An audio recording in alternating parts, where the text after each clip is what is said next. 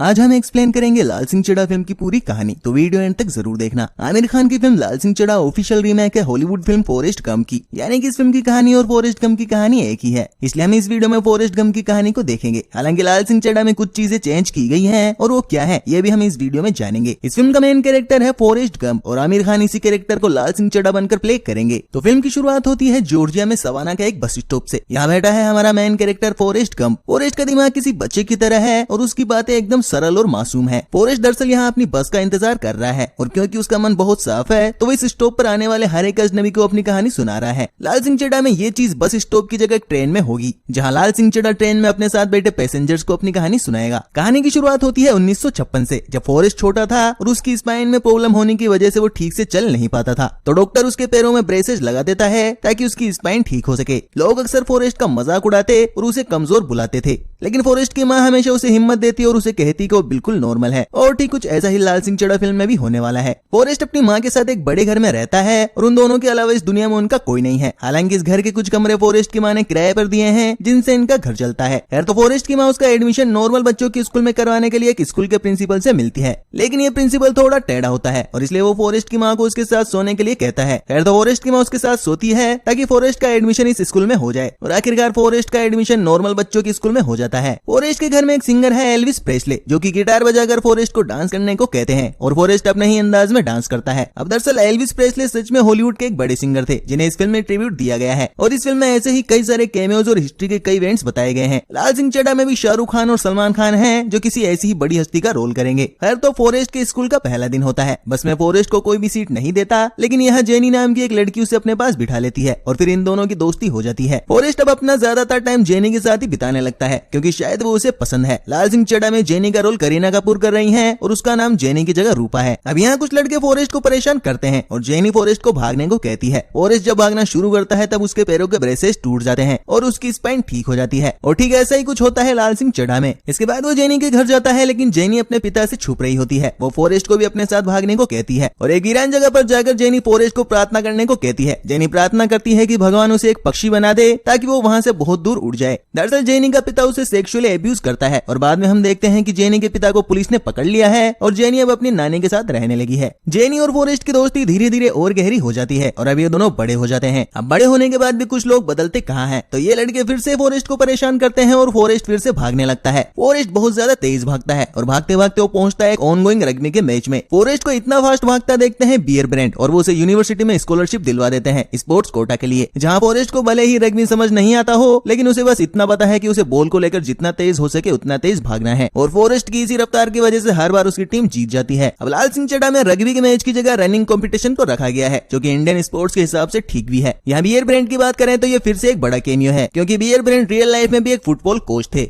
इधर जब forest jenny से उसके हॉस्टल में मिलने जाता है तब वो देखता है कि एक लड़का जेनी के साथ कार में जबरदस्ती कर रहा था और फॉरेस्ट उसे पीटने लगता है। हालांकि जेनी बाद में उसे बताते हैं कि वो लड़का उसका बॉयफ्रेंड है। अब रग्बी खेलते खेलते फॉरेस्ट का selection all American football team में हो जाता है और उसे प्रेसिडेंट कैनेडी से मिलने का मौका मिलता है। लाल सिंह चड्ढा में भी ऐसे ही एक इंडियन प्रेसिडेंट का कैमियो रोल है। ऐसे ही धीरे धीरे टाइम बीतता है और फॉरेस्ट की ग्रेजुएशन की डिग्री पूरी हो जाती है। फॉरेस्ट की माँ इससे खुश थी, लेकिन फॉरेस्ट इसलिए दुखी था क्योंकि अब उसे रग्बी खेलने का मौका नहीं मिलेगा। तभी वहाँ सेना का एक जवान आता है और फॉरेस्ट को सेना में भर्ती होने का ऑफर देता है और अगले ही दिन फॉरेस्ट अपने नए सफर पर निकल पड़ता है। यहाँ फिर से बस में कोई फॉरेस्ट को सीट नहीं देता, लेकिन बब्बा फॉरेस्ट को सीट देता है। अब ये जो बब्बा है वो बड़ा कमाल का कैरेक्टर है। इस बंदे के पास श्रिम्पिंग बिजनेस यानी कि समुद्री झींगे पकड़ने का बिजनेस को लेकर पूरा प्लान है और वो ये सब फॉरेस्ट को बताता है। दरअसल बब्बा की माँ, उसकी माँ और उसकी भी माँ सालों से गोरों के लिए श्रिम्प पकाने का काम करती थी। एक तरफ इन लोगों की ट्रेनिंग जोरों शोरों से चल रही थी और दूसरी तरफ बब्बा फॉरेस्ट को श्रिम्पिंग बिजनेस की एक एक बात बता रहा था। चाहे काम कोई भी चल रहा हो, बब्बा हमेशा श्रिम्प पकड़ने, उन्हें बेचने,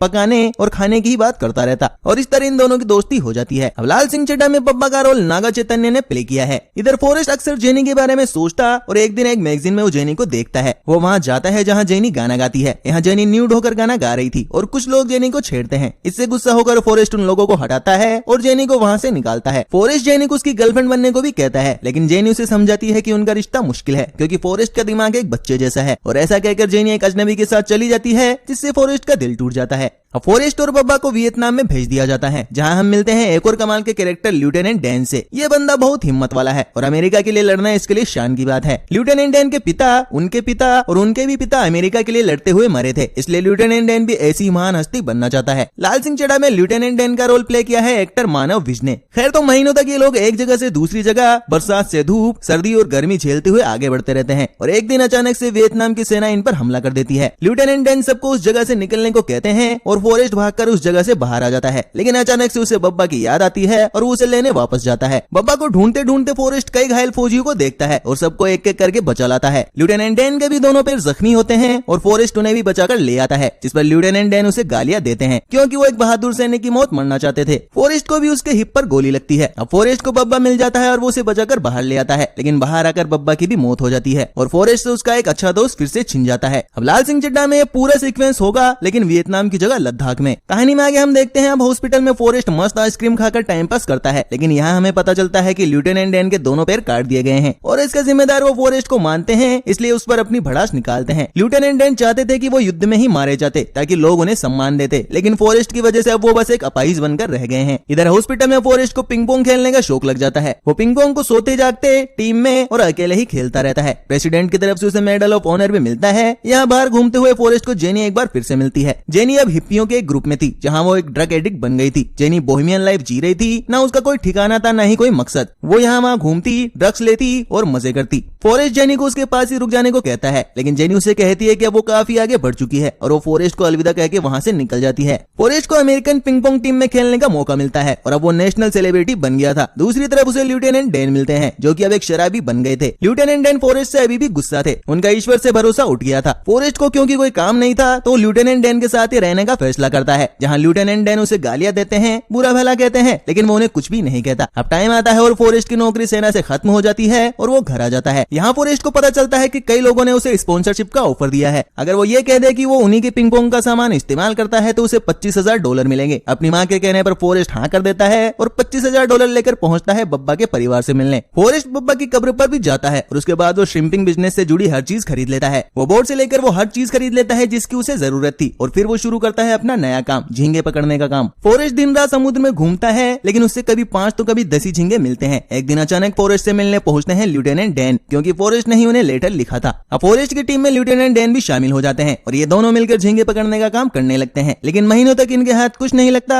और एक रात काफी तेज तूफान आता है और सुबह पता चलता है कि उस इलाके की सारी शिपिंग बोट्स खत्म हो गई थी, सिर्फ फॉरेस्ट की बोट को छोड़कर। और अब लेफ्टिनेंट डैन और फॉरेस्ट मिलकर जब झींगे पकड़ते हैं तो उनकी किस्मत खुल जाती है। बाकी सब बोट्स खत्म हो जाने से अब वो 2 ही थे जो झींगे बेचते थे और धीरे धीरे फॉरेस्ट बब्बा गम श्रिम्प कॉर्पोरेशन के नाम से बहुत बड़ा बिजनेस खड़ा कर देता है। वो एक बड़ा गोदाम और कई बोट्स खरीद लेता है। अब उसकी इस कहानी को सुनकर वहाँ बैठा एक आदमी फॉरेस्ट का मजाक उड़ाता है। उसे भरोसा नहीं होता कि फॉरेस्ट जैसा भोला इंसान एक बब्बा गम श्रिम्प कॉर्पोरेशन का मालिक है, लेकिन फिर फॉरेस्ट एक मैगजीन में उसकी और लेफ्टिनेंट डैन की फोटो दिखाता है, तब वहाँ बैठी औरत चौंक जाती है। खैर तो फॉरेस्ट अपनी कहानी आगे बताता है। अब लेफ्टिनेंट डैन का गुस्सा कम हो गया था और वो फॉरेस्ट का अच्छा दोस्त बन गया था। दूसरी तरफ फॉरेस्ट को पता चलता है कि उसकी माँ बीमार है। फॉरेस्ट घर आता है और उसकी माँ बताती है कि वो मरने वाली है और एक दिन उसकी माँ की मौत हो जाती है। अब बब्बा गम श्रिम्प कॉर्पोरेशन को लेफ्टिनेंट डैन के भरोसे छोड़कर वो एक छोटी सी नौकरी कर लेता है, लेकिन लेफ्टिनेंट डैन अच्छी तरह से उसकी कंपनी को संभालते हैं और उसके पैसे वो एप्पल कंपनी में इन्वेस्ट करते हैं। फॉरेस्ट को लगता है कि शायद एप्पल कोई फ्रूट कंपनी है। खैर तो इस इन्वेस्टमेंट से काफी प्रॉफिट होता है और फॉरेस्ट इस प्रॉफिट का एक बड़ा हिस्सा चर्च, हॉस्पिटल और स्कूल को दे देता है। इस प्रॉफिट में से एक बड़ा हिस्सा वो बब्बा के परिवार को भी देता है। फॉरेस्ट अब अपनी जिंदगी में बिल्कुल खाली था। उसे हमेशा जेनी की याद आती थी और फिर एक दिन जेनी फॉरेस्ट के पास लौट कर आती है। फॉरेस्ट काफी खुश होता है, मानो उसे सब कुछ मिल गया हो। वो जेनी के साथ बचपन की तरह टाइम बिताने लगता है। जेनी लेकिन कुछ भी नहीं कहती, शायद बचपन के सदमे से वो अभी तक नहीं निकली थी। एक दिन फॉरेस्ट जेनी को शादी के लिए प्रपोज करता है। जेनी कहती है कि वो भी उससे प्यार करती है, लेकिन वो उसके साथ शादी नहीं कर सकती। हालांकि उस रात वो फॉरेस्ट के साथ आकर सोती है। दूसरे दिन फॉरेस्ट को उठने से पहले ही जेनी फिर से कहीं चली जाती है। इससे फॉरेस्ट काफी गुस्सा होता है और उसे काफी दुख होता है और वो बिना सोचे समझे बस भागने लगता है। फॉरेस्ट लगातार 3 सालों तक भागता ही रहता है, एक देश से दूसरे देश, एक कोने से दूसरे कोने। फॉरेस्ट बस जरूरी कामों के लिए रुकता है, इसके अलावा वो सारा दिन सारी रात भागता ही रहता। एक बार फिर से फॉरेस्ट सेलिब्रिटी बन गया था। लोग भी उसके पीछे पीछे ये सोचकर भागने लगे थे कि शायद वो किसी बड़े मकसद के लिए भाग रहा है। और 3 साल के बाद फॉरेस्ट अचानक से रुक। लोगों को लगा कि शायद अब वो बहुत कुछ जरूरी बात कहने वाला है, लेकिन फॉरेस्ट ने बस इतना कहा कि वो थक गया है और अब वो घर जाएगा। अब एक दिन फॉरेस्ट को जेनी का एक लेटर मिलता है और उसे मिलने के लिए बुलाती है और इस बस स्टॉप पर फॉरेस्ट जेनी से मिलने के लिए ही बस का इंतजार कर रहा था। ये औरत जेनी का एड्रेस देखकर उसे कहती है कि उसे बस लेने की जरूरत नहीं है, ये जगह पास में ही है और फॉरेस्ट भागकर जेनी के घर जाता है। यहाँ जेनी फॉरेस्ट को उसके बेटे से मिलवाती है। जब फॉरेस्ट उसका नाम पूछता है तो जेनी बताती है कि उसका नाम भी फॉरेस्ट गंप है।